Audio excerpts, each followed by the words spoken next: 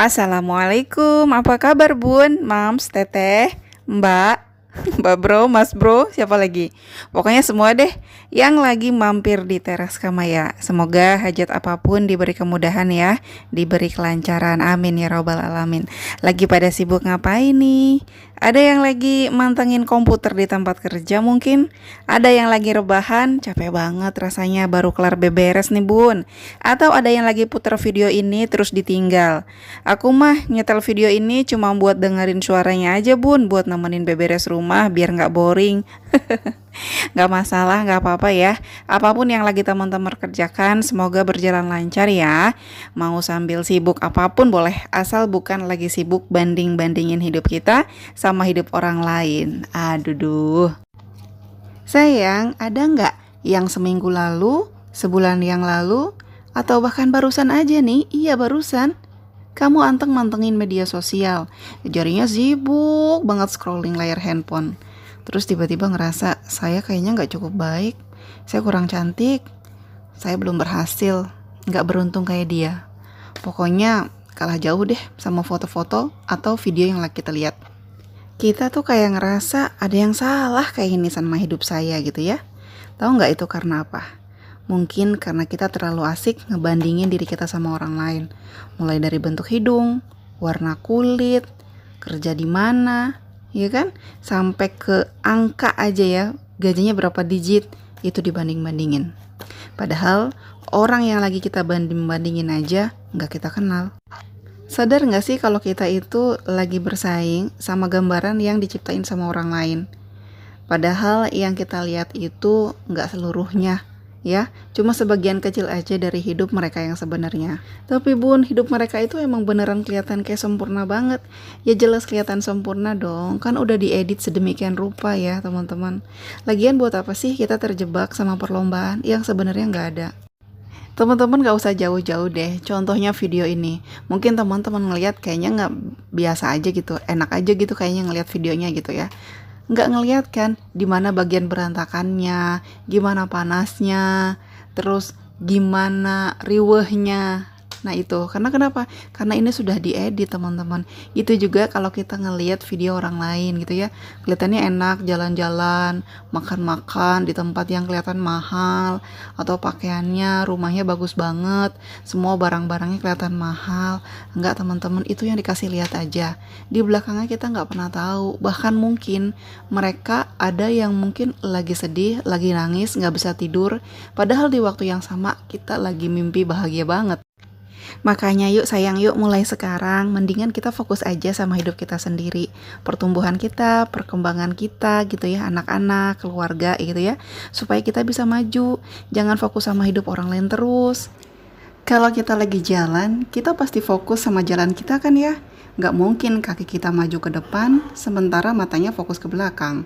Liatin jalan orang lain lagi. Ya pantas aja kalau kita nabrak pohon atau nyebur empang. Hidup ini bukan perlombaan teman-teman, bukan tentang siapa yang duluan nyampe ke garis finish. Punya jiwa bersaing itu sebetulnya baik-baik aja ya, selama porsinya pas. Tapi kalau luber atau berlebihan, itu yang bahaya. Apalagi kalau yang kita permasalahkan itu urusan dunia aja. Repot teman-teman. Kalau kita menjadikan kesuksesan orang lain itu sebagai motivasi, itu bagus ya teman-teman. Jadi supaya kita punya greget, punya semangat, mau bergerak gitu, mau berjuang. Kayak misalnya, si A tuh udah tua ya, tapi hebat loh masih mau belajar Al-Quran. Saya juga masa kalah sih sama dia. Oh si B itu padahal capek banget ya pulang kerja udah 5:30, tapi dia semangat banget loh buat bisa sholat ke masjid nih untuk yang laki-laki. Saya juga mau sholat di masjid. Nah jadi nggak ada salahnya sebenarnya kita ngambil kebiasaan-kebiasaan baik atau kesuksesan-kesuksesan yang udah bisa dilakukan sama orang lain untuk kayak semacam pemacu gitu ya. Emang untuk laki-laki kalau bisa sholat di masjid sebuah kesuksesan Bun? Iya dong jelas. Sukses apa? Sukses mengekang hawa nafsu, karena kalau kita mengikuti nafsu kan pengennya di rumah aja gitu ya, sholat maghrib nggak perlu jalan kaki ke masjid lama gitu di perjalanan. Kalau di rumah bisa lebih cepet, habis itu rebahan, lihat-lihat handphone atau nonton TV atau tidur. Lagian kalau kita pikir-pikir ya, kalau kita selalu fokus aja sama hidupnya orang lain, kapan kita bisa nikmatin kehidupan kita sendiri? Kita juga jadi nggak ngeh sama pertumbuhan kita. Prosesnya udah sampai di mana sih? Kita itu berkembang apa sama aja sih kayak kemarin-kemarin? Nah, harusnya kita bisa bahagia hanya dengan sejuknya angin dari jendela. Tiba-tiba baru bisa bahagia kalau udah dapat angin dari AC, kayak yang ada di rumah dia. Kenapa saya bilang kalau hidup ini bukan perlombaan? Teman-teman pernah nggak lihat orang balap lari, balap sepeda, balap motor atau mobil deh gitu ya? Lintasannya sama kan? Apa beda? Ada gitu yang misalnya 5 orang jalannya datar, lurus, terus sisanya naik turun gunung. Nggak ada kan? Nah, sementara hidup kita ini sama orang lain gimana? Beda. Nah, ini ada teman saya yang cerita, ini sebenarnya kejadiannya saat itu waktu saya pertama dengar lucu ya, tapi ternyata bisa diambil pelajaran juga. Satu waktu dia itu beli motor, motornya second padahal, tapi ternyata dari kejadian ini ada salah satu tetangganya yang kayaknya agak nggak suka gitu ya. Tetangganya ini berantem lah sama suaminya. Kata-kata yang kedengaran tuh, tuh lihat tuh dia udah beli motor lagi aja. Padahal baru beberapa bulan yang lalu dia beli motor. Sementara kamu motornya itu aja, nggak pernah ganti apalagi nambah. Nah, teman saya justru ngerasa kayak bersalah gitu kan. Aduh, gara-gara saya beli motor, tetangga saya malah jadi berantem. Aduh, ini gara-gara saya gimana nih gitu kan. Tapi nggak lama kemudian teman saya ini dengar suara gitu ya. Bukan suami si tetangganya ini, tapi kayaknya adeknya. Adeknya bilang, iyalah dia mau beli motor lagi. Orang dia setiap hari malam-malam bikin makanan gitu sampai tengah malam, lu tidur gitu. Pagi-pagi dia nganterin anaknya sekolah, siang hari tengah hari bolong jalan kaki nitipin jajanan di warung, lu tidur. Pokoknya si adenya itu ngebanding-bandingin si teman saya ini sama kakaknya dia itu ya. Terus gimana nggak cepet beli motor, dia berjuang sampai kayak begitu sementara lo kerjanya tidur aja gitu. Habis itu udah nggak kedengaran lagi mereka ribut-ribut, nggak tahu kejadiannya kayak gimana karena posisinya kan di rumahnya masing-masing gitu ya.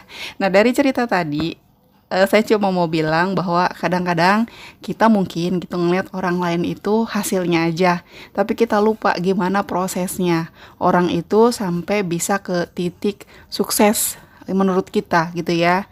Nah, daripada kita cuma bisanya ngebandingin hasil kita sama hasil dia, lebih baik kita berjuang nih di jalan kita sendiri.